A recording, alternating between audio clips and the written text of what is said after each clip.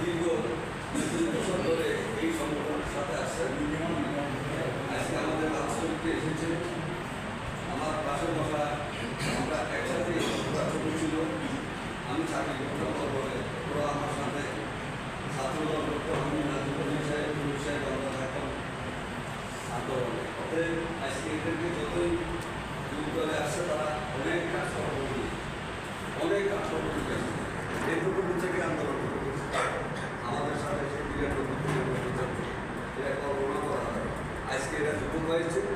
শহীদ president Ziaur Rahman Bangladesh জাতীয়তাবাদী দল গঠনের পরে উনি উপলব্ধি করেছেন যে জাতীয়তাবাদী দলে থাকবে তারা, তাদের গায়ে হয়তো শক্তি থাকবে না, তারা বৃদ্ধ বয়সে। এই কারণে এই যুব দলের পর পরে বিএনপির বয়স যত, যুব দলের বয়স যত ৪৭তম দিবস পালন করেছি আমরা। এরপরে দলীয় দলের প্রতিষ্ঠাবার্ষিকী পালন করেছি। আজকে যুব দলের প্রতিষ্ঠাবার্ষিকী উদ্যাপন করেছেন উনি যুব মন্ত্রণালয়ে গঠন করেছেন।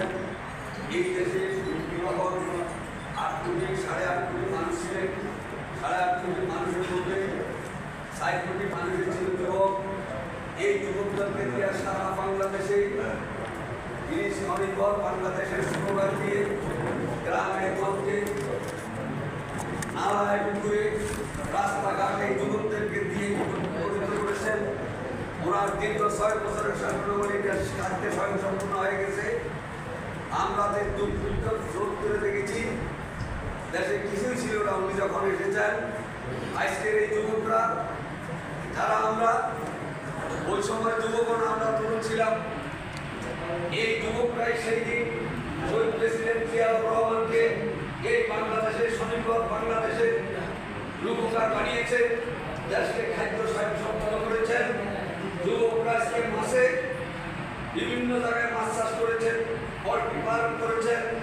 তারা দেশের বাইরে চলে গেছেন, সৌদি আরবের বিভিন্ন জায়গাতে দেশের অর্থনীতিকে যে বিপ্লব এনেছে, সেই বিপ্লব সময়ের ব্যবধানে আমরা ধরে রাখতে পারি নাই। আমরা গত ২৭ তারিখে দেখেছি ঢাকা রাজপথে কত কিলোমিটার কল্পনা